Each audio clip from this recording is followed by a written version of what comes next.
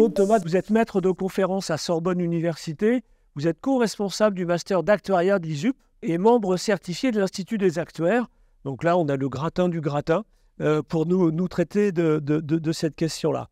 Alors, comment cette notion d'IA s'est frayé un chemin finalement dans les enseignements à l'actuariat? En fait, l'intelligence artificielle, en fait, c'est des données, comme Olivier l'a expliqué juste avant. C'est vraiment...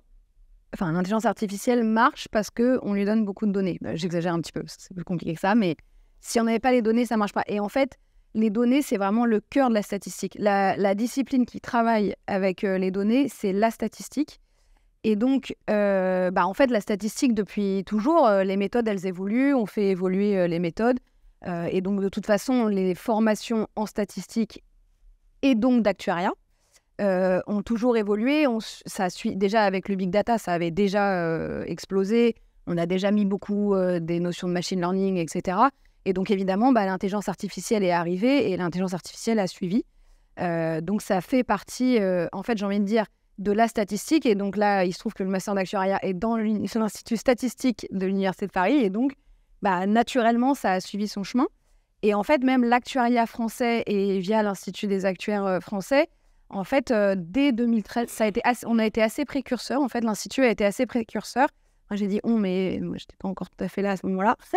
Mais on a, enfin voilà, en fait, c'est arrivé assez tôt dans les corps syllabus, dans les textes de formation en actuariat, mais parce qu'en fait, assez vite, à l'Institut, il y a eu des groupes de travail sur le big data, sur les nouvelles méthodes. Et en fait, l'intelligence artificielle est arrivée par ce biais-là.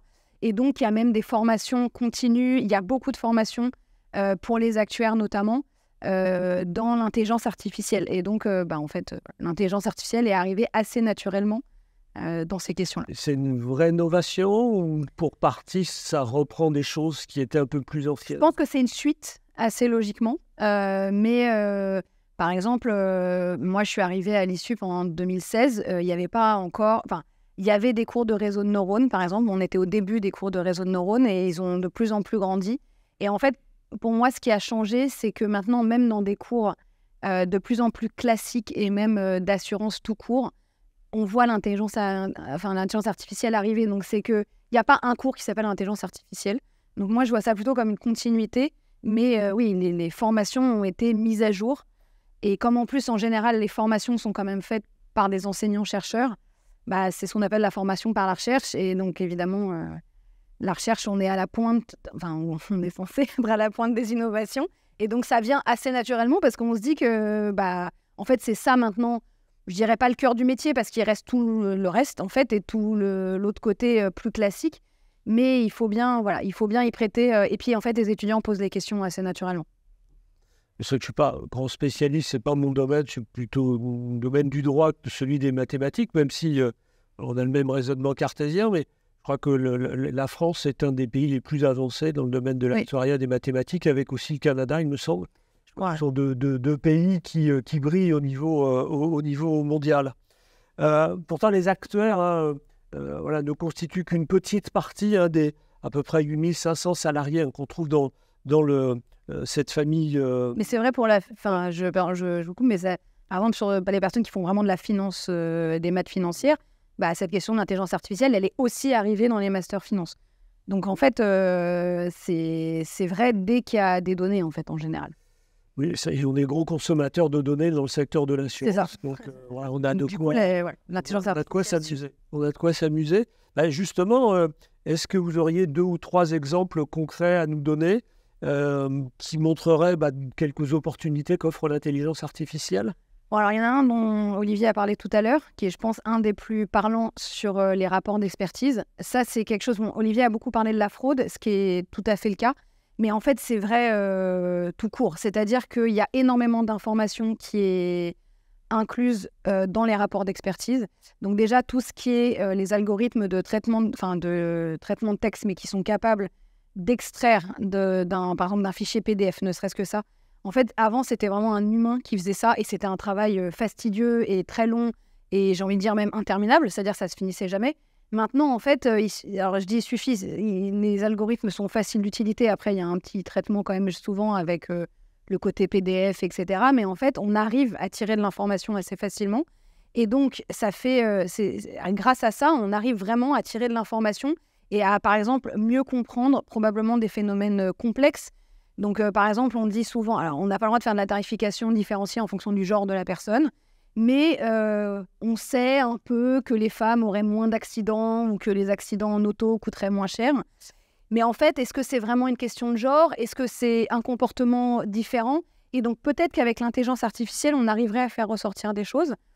Là où il faut faire attention, c'est que, par exemple, si je donne plein de données à mon intelligence artificielle pour me sortir un tarif, je lui donne pas la variable genre, donc je ne connais pas le genre de la personne, mais qui sait que s'il n'y a pas beaucoup d'autres informations, au final, je vais quand même faire un tarif différencié parce que, j'allais dire des choses très clichés, mais si jamais il y a à quel jeu vidéo vous jouez ou qu'est-ce que vous regardez le dimanche soir à la télé, peut-être qu'il va y avoir quand même une information qui va sortir et que, au final, je vais quand même faire un tarif différencié. Donc ça, c'est un exemple très simple, qui paraît naturel, mais en effet, je pense que sur d'autres choses, donc Olivier a parlé de tout ce qui est risque émergent. Ce qui est difficile là, c'est qu'on a peu de données, mais peut-être qu'en essayant d'avoir des données extérieures et d'avoir des données de différentes sources, ce qui pose mathématiquement un peu des problèmes, mais peut-être que l'intelligence artificielle peut aider à traiter ce genre de données et donc à mieux comprendre ces risques émergents, comme le risque cyber ou les risques climatiques, etc., qui sont en fait, ou par exemple, si je prends l'impact du changement climatique sur la mortalité, c'est très dur à traiter. Il y a plein d'infos de tous les côtés. On ne sait pas comment tout prendre en compte. Et peut-être qu'en effet, l'intelligence artificielle, en lui donnant plein de données, on va arriver à sortir quelque chose.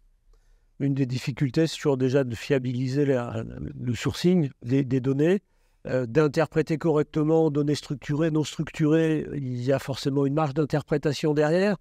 Et donc, la plus belle fille du monde ne peut donner que ce qu'elle a. Et donc, si on a une base de données dont la fiabilité est discutable ou qui comporte en soi des biais, effectivement, à la sortie, on récupérera les mêmes biais. Voilà. C'est ça. Et ça, les données, c'est le gros, c'est le point crucial. On était sur l'intérêt pour des assureurs, mais en termes de développement personnel, est-ce que on a un champ qui s'ouvre sur des profils différents de métiers? C'est-à-dire que ça, en effet, il y a des métiers qui vont... C'est-à-dire on va pouvoir remplacer plein de tâches par une intelligence artificielle. Mais donc ça veut aussi dire exactement ce que disait Olivier tout à l'heure, c'est qu'en fait, on aura toujours besoin de l'aspect humain. Et donc ça veut dire que, en fait, pour moi, les métiers vont un peu changer, mais on va avoir besoin, en fait, de toute façon, d'avoir à un moment donné une validation d'une interprétation, justement avec ce qu'on vient de dire. Et donc, je pense que c'est important de démystifier exactement ce que c'est que l'intelligence artificielle, d'en comprendre quand même, quel que soit le métier, et de comprendre quand même ce qui se passe et ce qu'on en fait, et ce qu'il y a derrière, pour ensuite, quand on a... Mais en fait, là, on parle des métiers, mais si on prend ChatGPT, un étudiant qui pose la question à ChatGPT, qui lui pompe En fait, il fait quand même des erreurs, ChatGPT. Et donc, c'est important de se dire, OK, ce que j'ai fait, c'est bien, pas bien, mais donc dans le développement personnel, par exemple, c'est quand même important de ne pas prendre pour vérité ce que va dire une intelligence artificielle. Et développer le développement critique. Oui. Mais ça, c'est quelque chose qu'on travaille beaucoup avec les étudiants et qu'on attend, en l'occurrence, beaucoup des actuaires. Mais en effet, parce que que ce soit intelligence artificielle ou même dans tout ce qui est méthode de type machine learning, etc., c'est quand même des boîtes noires. Et en fait, c'est hyper important d'avoir ce regard critique et d'avoir, par exemple, si je sors une prime d'assurance 3 fois plus chère pour une Fiat que pour une Porsche, s'il y a un problème quelque part. Et ça, en fait, il faut avoir cette habitude d'aller regarder, de comprendre, de voir d'où vient l'erreur. Et en effet, par exemple, Olivier parlait tout à l'heure des fraudes, de ne pas juste dire « Ah il y a une fraude et je ne me pose pas la question, la machine l'a dit et donc ça a forcément raison ». Le bon sens dans la première. C'est ça reste une intelligence artificielle et l'intelligence tout court doit venir quand même. Oui, c'est le problème de l'avoir appelé intelligence d'ailleurs au départ, parce que du coup ça crée une confusion. On a le sentiment que finalement on a créé une machine qui nous deviendrait supérieure en tout point. Alors bien évidemment qu'une machine est toujours supérieure à l'homme dans la finalité où elle a été inventée. Je prenais un peu cet exemple, une brouette est supérieure à l'humain lorsqu'il s'agit de porter une charge lourde. C'est pour ça qu'on l'a inventé, pour pouvoir porter plus lourd que ce qu'on peut porter avec nos petits bras. Maintenant, une brouette fait très mal le café. Ouais, voilà, l'intelligence artificielle, c'est un outil et il faut le prendre comme tel et je pense qu'il faut vivre avec. Et donc, il y a plein d'enseignants ou de personnes qui sont toujours inquiets de, par exemple, ChatGPT pour les étudiants. Bah, à mon époque, quand on faisait des TP, on n'avait pas le droit d'aller sur Internet. Moi, maintenant, je dis aux étudiants, mais allez voir sur Google, il y a probablement la réponse. Donc, en fait, il faut vivre avec, il faut apprendre avec. Et il ne faut pas se dire, on va tout interdire parce qu'en fait, on n'y arrivera pas. Et de toute façon, c'est des outils et il va falloir les appréhender pour les utiliser correctement. Dans le domaine juridique, ça fait quand même un paquet d'années qu'on explique que ce qu'il faut connaître, c'est les concepts juridiques et savoir où aller les retrouver dans le bon code, dans la bonne partie du code. C'est pareil sur les codes. C'est pareil en code informatique et en maths. Donc là, voilà, c'est une posture d'esprit à adopter.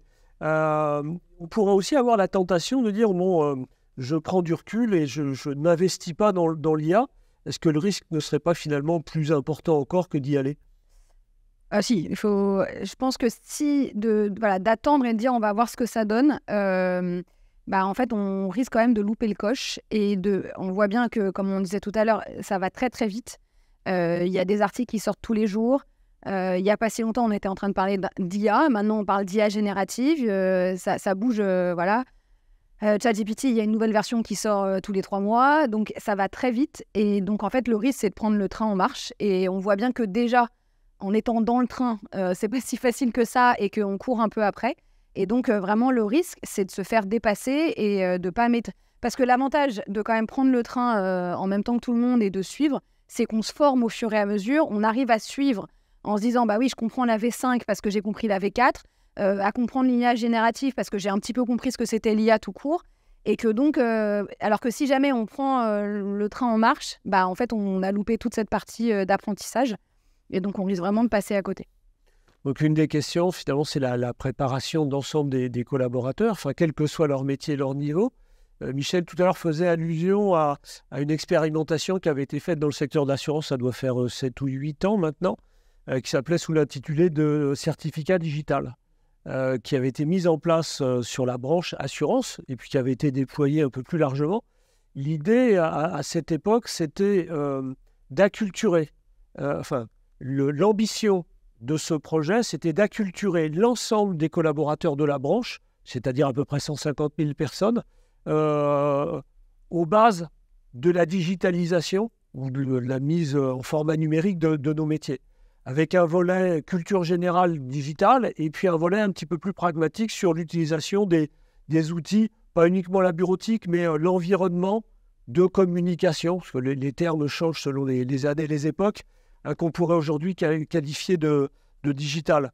Vous auriez déjà une idée d'un socle commun de compétences, peut-être dans cet esprit-là ? Alors, un socle commun, c'est pas si facile parce qu'en effet, comme disait Olivier tout à l'heure, je pense que ça va beaucoup dépendre des métiers. Je pense que, par exemple, la relation client ne vont pas avoir la même utilité, ou par exemple, en effet, les actuaires qui vont être dans les données et qui vont coder un peu et qui vont être en contact avec les développeurs ne vont pas du tout avoir les mêmes notions. Mais je pense que quelque chose comme le Elements of AI qu'ils ont fait en Finlande, c'est exactement ce genre de phénomène, d'outils qu'il faudrait avoir et de cours qui permettrait d'avoir un minimum de base et qu'en effet, par exemple, au niveau relation client, de dire le tarif c'est celui-ci ou il y a eu une fraude ou etc., que en fait, la personne soit capable d'expliquer un minimum ce qui a été utilisé, comment ça a marché. Et en effet, voilà. Mais après, d'avoir vraiment un socle commun de ce que les gens faudrait qu'ils sachent, ça, après, ça va vraiment dépendre de chaque métier. En fait, c'est la connaissance intime de son propre métier. Oui. Les métiers ne sont jamais figés dans le temps. Ils évoluent, ils s'adaptent aux évolutions de leur environnement. Et donc, oui, la bonne notion, c'est de rester en prise avec son métier et les finalités. Il faut toujours savoir... je pense que l'actuaire ne peut pas, par exemple, ne pas savoir ce qui va se passer après au niveau relation client. Parce qu'en fait, c'est toute une chaîne et qu'il faut quand même avoir... S'il fait sans avoir dans l'idée que quelqu'un derrière, ne serait-ce que même un commercial qui va devoir vendre après le produit, s'il n'a aucune notion, ça va être quand même compliqué. Donc, il faut avoir une globalité de ce que chacun va avoir besoin. Et après, il faut affiner en fonction de chaque métier. C'est vrai que les acteurs travaillent de plus en plus en collectif, ce qui n'était pas forcément le cas il y a une vingtaine d'années. Et notamment, dans les entreprises, ce qu'on entend souvent, c'est que il y a un binôme qui se forme entre le marketeur et l'actuaire, ce qui était pas le cas il y a 20 ans. Je me souviens de la première étude que j'avais écrite en rejoignant l'observatoire sur les métiers du marketing, qui m'avait valu les foudres d'un actuaire en disant mais voilà, on ne fait pas le métier, on n'a rien à voir avec ces gens-là, ça n'est pas le sujet. Et sur la collecte des données, ça rejoint aussi, c'est qu'à un moment donné, il faut pouvoir récupérer les données nécessaires à l'actuaire. Et j'ai le sentiment qu'il y a quand même et toujours une espèce de boîte noire derrière l'IA. Une des difficultés, c'est de comprendre véritablement pourquoi c'est juste. On a le sentiment que l'IA c'est pas permet, justement. Dans une certaine fourchette, c'est ce qu'on disait, Voilà, dans une certaine fourchette de probabilité. Donc déjà, gardez ça en tête, hein, ça n'est qu'une fourchette de probabilité. Mais pour autant, et même en gardant ça en tête, on a quand même le sentiment qu'il y a une espèce de boîte noire qui fait que c'est juste, entre guillemets, avec les réserves qu'on disait, mais pour autant, c'est pas expliquer le résultat. Ou on a du mal à expliquer le résultat. Oui, il faut voir... par exemple, je pense que ChatGPT, par exemple, c'est assez simple de comprendre. La boîte noire qui est derrière, elle est assez mastoc. Mais de comprendre que finalement, ChatGPT, quand il va écrire sa phrase, il va prendre le mot le plus probable derrière. Bon, c'est une boîte noire derrière. À un moment donné, il faut en effet accepter que ça a été fait par les personnes qui dépassent. Je veux dire, même moi, ce qui est vraiment complètement derrière ChatGPT, ça me dépasse. Mais j'arrive à me dire que, OK, il y a plein de mots et qu'il a plein de phrases et que donc il va prendre le mot le plus probable. Et donc de se dire, j'ai qu'à imaginer que j'ai un énorme dictionnaire et puis j'ai plein de textes et que en fait, je vais calculer les probabilités et que si je devais le faire moi, ça me prendrait beaucoup trop de temps. Mais que l'intelligence artificielle, elle est capable de le faire en 3 secondes. Et encore un 3/10 millième de seconde. On a un bel exemple de ça. Pour ceux qui sont abonnés à Arte, sur la deuxième partie de soirée, il y avait une émission il y a quelques semaines de ça qui expliquait comment avait été composée la 10e symphonie de Beethoven. Bien évidemment, ce n'est pas Ludwig van Beethoven qui a écrit cette symphonie, mais on a utilisé l'intelligence artificielle pour imaginer ce que le grand Ludwig aurait pu écrire à la façon de, à la manière de. Et donc, l'IA s'est comportée un peu comme un interprète et est allé rechercher dans toutes les compositions de Beethoven quelle était la probabilité de survenance d'une note par rapport à ce qu'il avait écrit. Alors, une note, une phrase musicale, ce qui a permis, je crois qu'il a quand même fallu une semaine de calcul avant d'aboutir à quelque chose.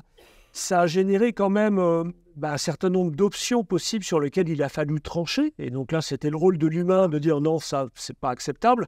Ça, OK, là, on tourne en boucle. Bon. Et puis, ça a produit une proposition de 10e symphonie de Beethoven.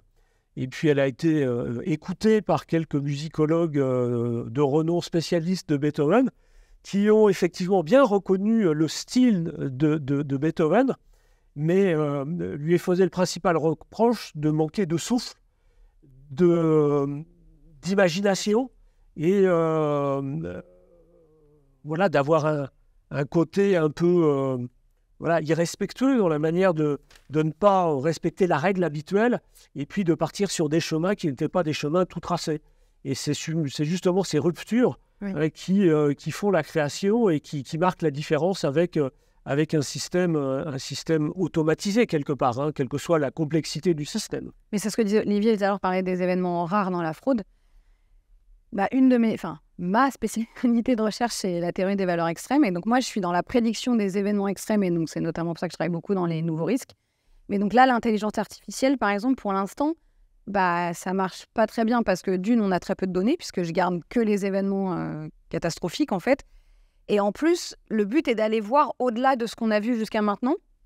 Et là, l'intelligence artificielle, elle peine, en fait. On n'est pas capable... Alors, je n'ai nul doute qu'un jour, dans la recherche, ça va finir par arriver. Mais en fait, moi, j'ai assez souvent ça. On me dit, pourquoi vous n'avez pas fait un réseau de neurones ? Parce que... Alors, si, c'est utilisé, mais c'est détourné, en fait, d'une façon ou d'une autre pour faire une tâche en particulier. Mais par contre, si je veux calculer la probabilité dont on parlait tout à l'heure, là, en fait, avec l'intelligence artificielle, je vais coincer. Ou si je prends un texte, par exemple, et que je veux... Alors, je vais apprendre les mots de l'anglais. Je lui donne plein de journaux anglais britanniques actuels. Donc, il va apprendre. Et après, je lui donne de l'anglais très ancien. Par exemple, je lui demande si c'est expiré de l'anglais. Il va me dire non, parce qu'en fait, il y a des mots qu'il n'a pas vus dans les journaux modernes. Et donc là, c'est là où l'intelligence artificielle va coincer. Et donc, c'est en effet de créer quelque chose de nouveau. Bah là, ça, voilà. Pour l'instant, elle ne fait que répéter ce qui existe déjà. Mais enfin, je dis que c'est déjà beaucoup. Mais... Avec, pour le côté génératif aussi, une capacité à être en auto-apprentissage et d'apprendre d'elle-même, notamment de ses erreurs, une fois que à corriger. C'est ça. Mais du coup, on peut lui faire dire n'importe quoi. On peut à ChatGPT, on peut lui faire dire que 3 x 5, ça fait 16. Parce que quand il nous répond 15, si on lui dit « mais non, t'es sûr, c'est faux ?» Et au bout d'un moment, il va dire « oui, vous avez raison, c'est 16. » Mais ça, c'est dans le domaine RH. Dans le domaine RH, 1 plus 1, ça fait jamais 2. Ça peut faire moins de 2, ça peut faire plus que 2, mais ça fait jamais un compte parfait parce que justement, on le sait bien, je prends un autre parallèle, mais toujours en référence au domaine humain, la meilleure équipe n'est pas l'équipe composée des meilleurs joueurs dont la valeur finalement serait la somme simple, additionnelle de chacun des joueurs. C'est précisément lorsqu'une synergie se crée qu'on arrive à obtenir plus que la seule somme de chacun de ses composants. Merci de cette explication. Est-ce qu'il y a peut-être des questions de la salle? Je suivais en parallèle sur le chat. Il y avait une remarque, pour être performante, l'IA doit être spécifique au métier processus. En cela, on s'éloigne de ce que fait ChatGPT à l'heure actuelle. Est-ce qu'il y a des questions dans la salle? Oui, Marc. Marc Bernstein, donc Caisse d'assurance CNDT. Juste une remarque, vous l'avez soulevé tout à l'heure à Wiki, en ce qui concerne l'intelligence artificielle, elle doit être qu'un outil d'aide à l'analyse. Oui, tout à fait. Même un outil d'auto-apprentissage par elle-même pour s'améliorer, qui remplacerait à terme l'humain. Car là, on a souligné certains risques, certaines dérives, et ça peut être inquiétant. De même, en termes de formation, je crois qu'il est grand temps, on en parlait tout à l'heure, et ça avait été soulevé juste de titre, de penser à la formation donc, avec l'intelligence artificielle dans nos cursus. Et pas seulement en termes donc, de qualification professionnelle, comme on l'a vu, de certificats, mais peut-être d'aller un peu plus loin donc, dans ce que l'on pourrait mettre en place en termes de formation, car c'est sur les outils de demain dont nous aurons besoin dans notre profession de plus en plus. Oui, apprendre à nous en servir, à le connaître, c'est essentiel pour pouvoir mieux s'en servir comme outil d'analyse. Parfait. Bon, merci Marc. D'autres remarques? Écoutez, merci merci beaucoup.